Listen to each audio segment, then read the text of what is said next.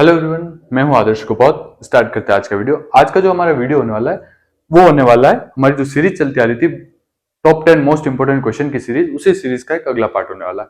इससे पहले मैं इसके कई सारे इंपोर्टेंट क्वेश्चन जो है बता चुका हूं कई सारे सब्जेक्ट के। आज जो हम देखने वाले हैं वो देखने वाले हैं भारतीय न्याय संहिता BNS के बारे में। नया सब्जेक्ट है, इसके टॉप 10 मोस्ट इंपोर्टेंट क्वेश्चन कौन कौन से वो मैं आपको बताने वाला हूँ। स्टार्ट करने से पहले ये मेरा इंस्टाग्राम अकाउंट है, आप जाकर के यहाँ मुझे फॉलो कर सकते हो। आपका कोई क्वेश्चन है तो वो पूछ सकते हो।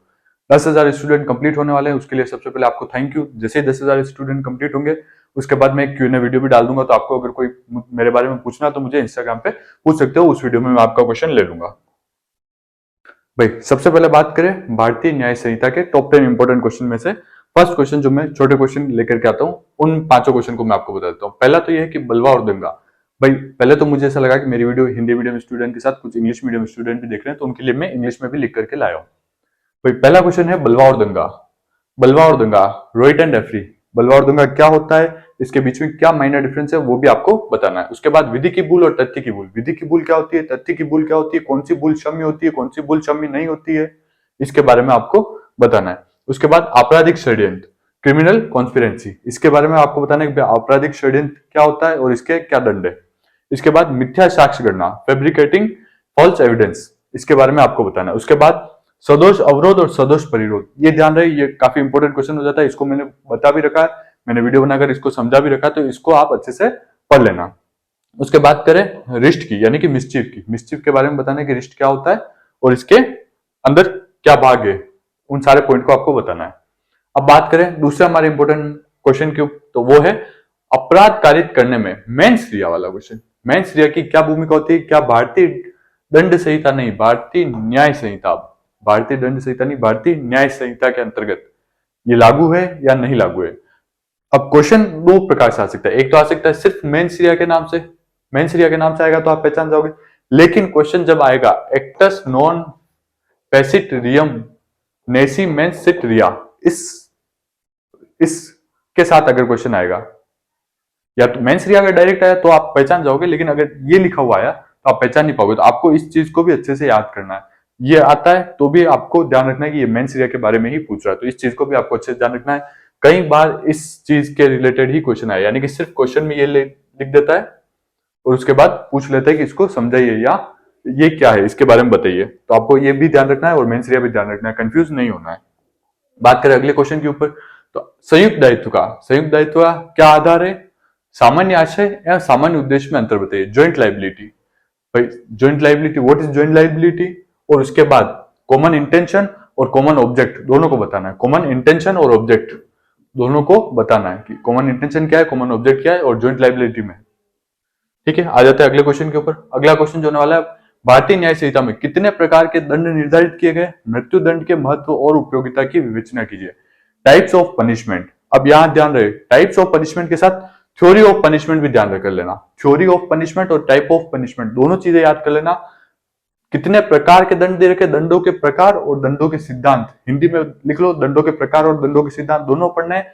इंग्लिश में type of punishment and theory of punishment दोनों चीजें पढ़नी है।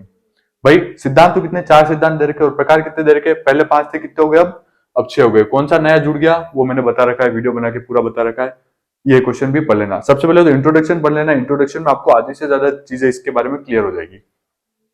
अब आ जाता है अगले क्वेश्चन के ऊपर। अगला क्वेश्चन होने वाला है व्यक्तिगत प्रतिरक्षा के अधिकार से आप क्या समझते हैं। शरीर की आत्मरक्षा का अधिकार कब मृत्यु कारित करने तक विस्तारित होता है, यानी कि प्राइवेट डिफेंस के बारे में आपको बताना है। भाई प्राइवेट डिफेंस का जो भी क्वेश्चन आता है उसके अंदर उस चीज को अच्छे से, प्राइवेट डिफेंस के जो भी टॉपिक है उस टॉपिक को अच्छे से पढ़ लेना है।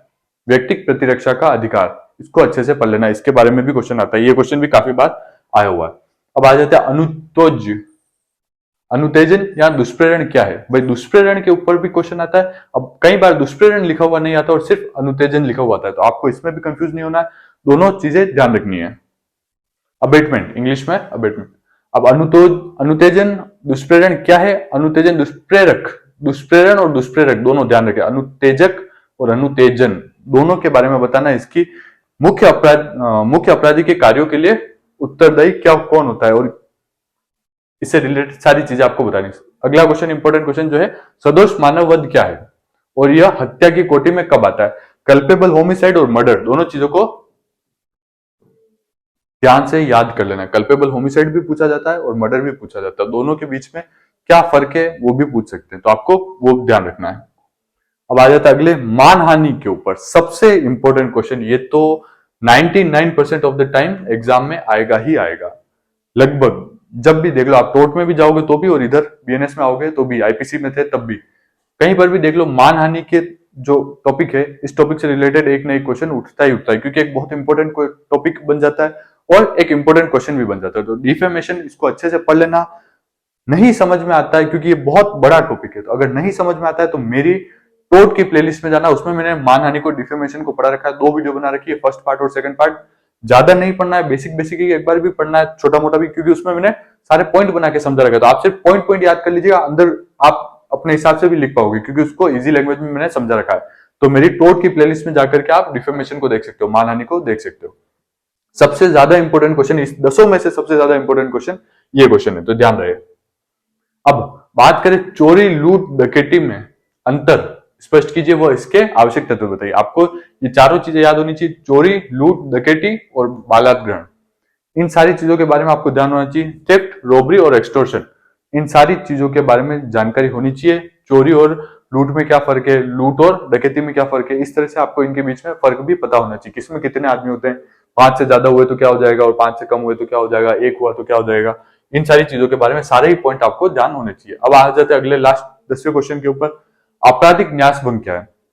आपराधिक न्यास भंग और आपराधिक दुर्विनियोग के अपराध को परिभाषित कीजिए। Criminal breach of trust, trust टूटा है तो बस उसी को एक्सप्लेन करना है। क्रिमिनल ब्रीच ऑफ ट्रस्ट, इस चीज को अच्छे से बताना है। ये भी एक इंपॉर्टेंट क्वेश्चन हो जाता है, आप अच्छे से बता भी पाओगे। भाई अगला क्वेश्चन है, जो एक एक्स्ट्रा क्वेश्चन लेके आया हूं, वैसे मैं 10 ही लाने वाला था, लेकिन ये एक एक्स्ट्रा क्वेश्चन है। व्यपहरण और अपहरण में अंतर बताइए। अगर आप करना चाहो तो इसको भी कर सकते हो, क्योंकि ये भी कई बार पूछ लिया जाता है, व्यपहरण और अपहरण के बारे में। किडनैपिंग और अब्ड्यूकेशन, इन दोनों चीजों के बीच में अंतर को ज्यादातर पूछा जाता है। इसको अलग से नहीं पूछा जाता है, इसको अलग से इतना नहीं पूछा जाता है, लेकिन इतना नहीं पूछा जाता है। ज्यादातर जो पूछा जाता है वो इन दोनों के बीच में जो डिफरेंस है उसके बारे में पूछा जाता है, तो उसके बारे में आपको पता होना चाहिए। आई होप ये वीडियो आपको अच्छी लगी होगी। अगर मुझसे कुछ पूछना चाहते हो तो मेरे को इंस्टाग्राम पे जाकर के पूछ सकते हो। Thank you so much.